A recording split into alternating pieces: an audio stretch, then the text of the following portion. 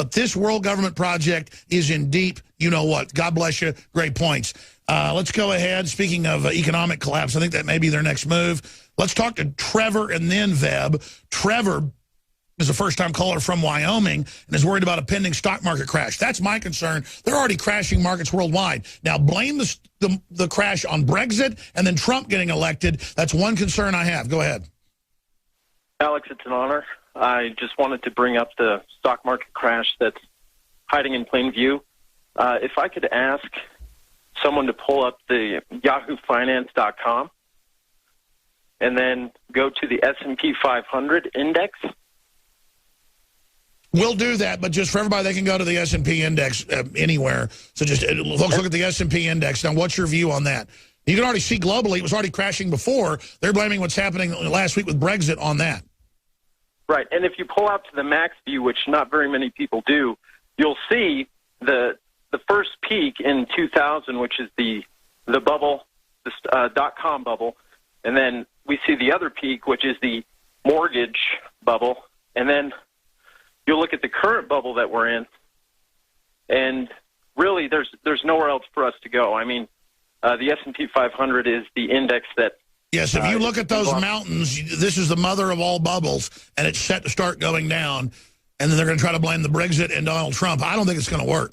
It's Donald Trump and the Brexit nationalism and true free market, not crony garbage, that's going to pull us out of this. We know socialism isn't going to work like Venezuela, huh? Absolutely. And really... my word, what's on my heart is to warn people to prepare. I mean, like you said, that's the next domino or the tool that they have to really trip on us. So that's really my point. Well, you're right. And George Soros, while he helped build the euro, is now saying they should reconstitute the euro on the ashes of what's about to collapse. No, we're not going to have the folks that engineered this start it up again. You guys are going to be anathema and hated. Incredible point. Thank you so much, sir. Thank you, Trevor. Let's go. I wish I had more time. These callers are much better than I am. Tomorrow, I promise, we're going to take a mass ton of calls. In fact, I may even cancel guests tomorrow. Let's go to Veb, first-time caller in Illinois. You're on the air. Welcome. Hi, I'm going to try and be as quick as I can about this. It has to do with, I've just been seeing what's been going on in Jamaica for a few years now, and just how misinformed they are about what's been happening in America. And they don't even know what's happening here, but yet they want to talk about it like they do. And what I've noticed is how informed they are with Donald Trump. They don't know anything about what's going on. They just go by what, I guess, MSNBC has to say about it. Sure, well, it's easy when you're in another country to kind of believe the propaganda because that's all you have. You're not in the country. But, oh, yeah, in Europe, he's still popular there because, you know, they want to be loving. They want to be liberal. They want to be, they just buy into the hype. The thing, you see, the reggae community is very huge in Europe. And then when you have people from Jamaica that bring that influence towards Europe, you're going to have a lot of people that are going to be sort of on that left side.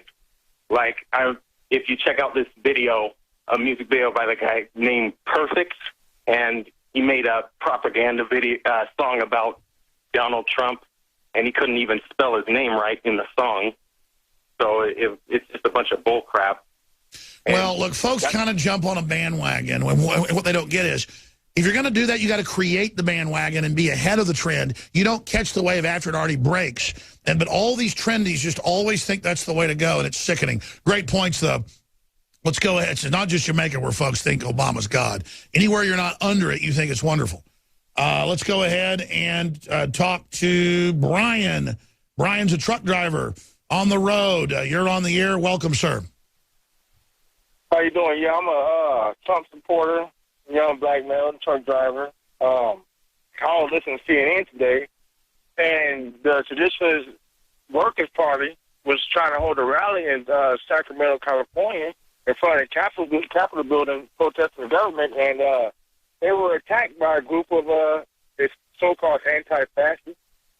And the first thing the news says is it's a right-wing extremist group, KKK, and started shooting all kind of blasphemy at these guys, and their platform says nothing about being white supremacists.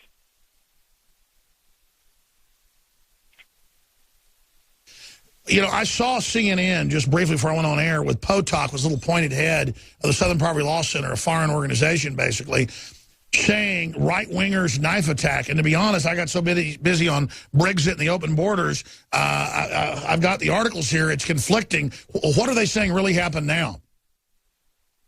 Well, they're saying that the Traditionalist Workers' Party stabbed the other group of guys, and they all they're screaming is right-wing extremists and KKK and white supremacy and sure. So that's what the articles admit, that it was the communists that stabbed the Trump type people.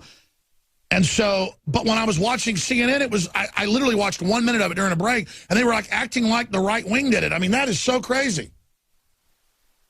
That's it's a bunch of propaganda, man. They keep pushing that. They keep pushing that crap. And what's horrible is that it makes ignorant people on all different sides start actually believing it. And it's just so evil when all we want to do is live together in peace. Most people are just getting along. We want prosperity. We want a future for our kids. And all they do is try to divide us, my friend. But God bless you. Let me ask you statistically, how many truck drivers would you say are pro-Trump? And then how many black folks you know are really pro-Trump? Some numbers are 25%. Some numbers are 10%. I don't know what polls to believe. What do you think?